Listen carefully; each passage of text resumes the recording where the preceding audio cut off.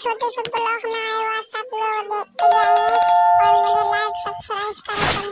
ये देखिए छोटे से गांव में ये देख सकते हो आप लोग, हम जा रहे हैं दूध लेने। अभी देख रहे हो कल लेने आ चुके हैं।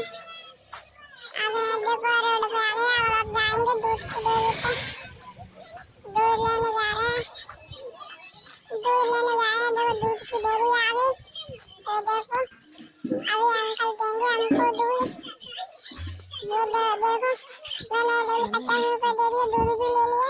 ये देखो हम गाय जा रहे हैं और आप लोग ये देखो मैं मुँह धोता हूँ, मुँह धो के फ्रेश हो जाता हूँ।